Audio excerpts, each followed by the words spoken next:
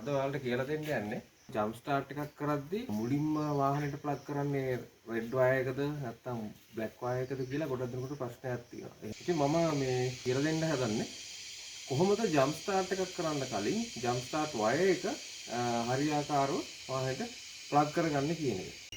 හරි. Jump start cable එක ගත්තහම මේක එන්නේ ඇත්තටම සෙපරේට් කේබල් දෙකක් විදිහටනේ. මේක කවර් එක දාලා නෙවෙයි එන්නේ.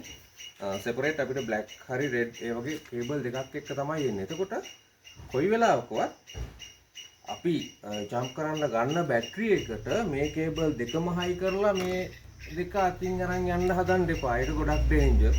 මොකද මේ දෙක මොනවා හරි එකකින් ෂෝට් සර්කිට් වුණොත් එහෙම ප්‍රශ්නයක් වෙනවා. ඒක තමයි මේක දෙකක් හයි කරද්දි අනිත් එක අපි අනිත් අතේ තියාගෙන ඉන්නේ. ඒකත් එච්චර හොඳ දෙයක් නෙවෙයි. ඒක නිසා හොඳම දේ තමයි එක කේබල් එකක් මුලින් හයි කරගන්න ඕනේ.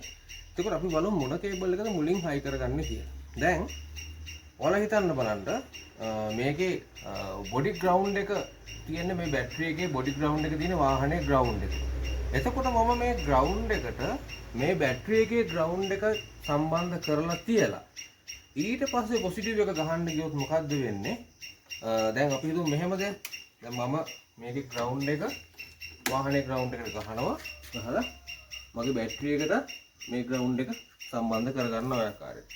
ඒ කරලා මගේ රෙඩ් වයර් එක පොසිටිව් එකට ගහලා ඉවර වෙලා මෙහෙම පොසිටිව් එකට ගහලා ඉවරලා මේක ගහන්න යද්දි මගේ අතින් කොහරි මෙහෙම අතෑරුණොත් මොකද වෙන්නේ? මේ බොඩි එකේ තියන්නේ මේ බැටරියේ තියෙන ග්‍රවුන්ඩ් එකම තමයි. දැන් මේකට සම්බන්ධ වෙලා තියෙන්නේ. මේ කොහෙට මේක වැටුණත් අනිවාර්යයෙන්ම ෂෝට් සර්කිට් වෙනවා. ඒක නිසා කොයි වෙලාවකවත් ග්‍රවුන්ඩ් එක ගහලා පොසිටිව් එක ගහන්න යන්න එපා. අනිවාර්යෙන් ඉස්සල්ලාම හයි කරන්න ඕනේ වයර් එක මොකද්ද?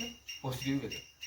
මොකද ඒ අර කියන අනතුරු වළක්වන්න. එහෙනම් මම මුලින්ම මොකද කරන්න ඕනේ? රතු පාට වයර් එක පොසිටිව් එකට සම්බන්ධ කරලා මේකේ පොසිටිව් එකට සම්බන්ධ කරගෙන ඉන්න ඕනේ. ඊට පස්සේ අපිට ග්‍රවුන්ඩ් වයර් එක සම්බන්ධ කරගන්න පුළුවන්.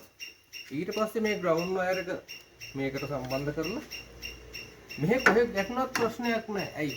මේක ග්‍රවුන්ඩ් එක මේ පොසිටිව් එකත් එක්ක සම්බන්ධයක් නැහැ. එහෙනම් මේක බ්ලැක් කලර් වයර් එක මෙහෙ කොහෙවත් වැටුණට ප්‍රශ්නයක් නැහැ. ඊට පස්සේ මෙහෙම සම්බන්ධ කරගන්න පුළුවන්. කිසිම ප්‍රශ්නයක් නැහැ. ඒක තමයි හරි ඕඩර් එක.